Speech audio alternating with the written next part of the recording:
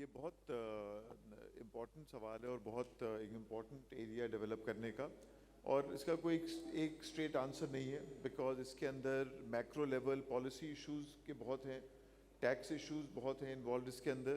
But I will just focus and we continue to interact with the government in trying to resolve those and push those forward, اور اس میں کچھ success ہو رہی ہے ہمیں. مگر جو میں آپ سے شیئر کروں گا کہ جو ہمارے انٹرنل مارکیٹ کے ایشوز تھے جو ہمارے 100% کنٹرول میں ہیں، ان کے اوپر پچھلے کچھ سالوں میں ہم نے بہت پروگریس کی ہے.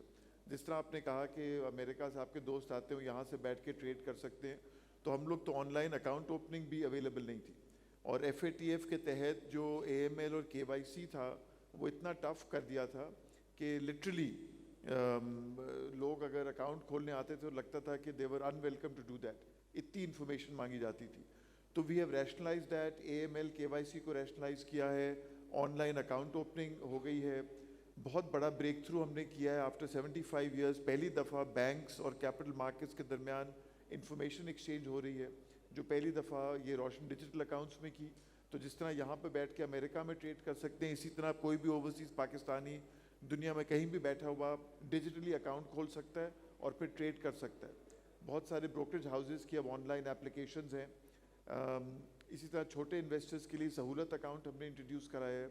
آر ڈی اے کا لوکل مارکیٹ میں کے وائی سی شیئرنگ کا کام کر رہے ہیں، جو کہ پائلٹ فیز میں عنقریب لانچ ہو جائے گا.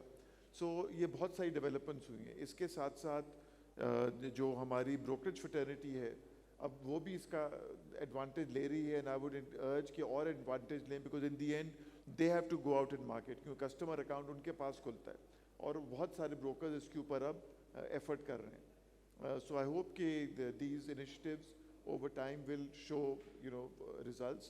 مگر جو میکرو ہیں issues obviously those impact stock market any place in the world. اور جو ہمارے کچھ ٹیکسیشن انیکوالٹیز ہیں کہ دوسری ایسٹ کلاسز کو زیادہ ٹیکس ریلیف دی ہوئی ہے compared to a productive asset class like stocks. تو we have to continue discussions with FBR and the Ministry of Finance to resolve them. I'll take a stab and then let my other worthy panelists add. لیکن جس طرح میں شروع میں کہہ رہا تھا، آنسر بہت سمپل ہے، بس ول چاہیے ایگزیکیوٹ کرنے کی. آپ ٹیکس رجیم کو ٹھیک کر دیں اور ڈاکیومنٹ کر دیں تو money will flow where the best returns are.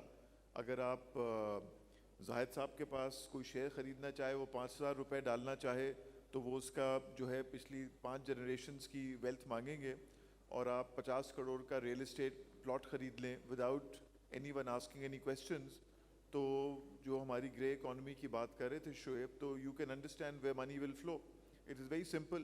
اور جس طرح میں نے کہا تھا this is a crisis long time in the making. اسی طرح کی جب ہم ڈیسیجنز نہیں لیتے تو then we should not be surprised کہ we end up in an economy which is completely import dependent.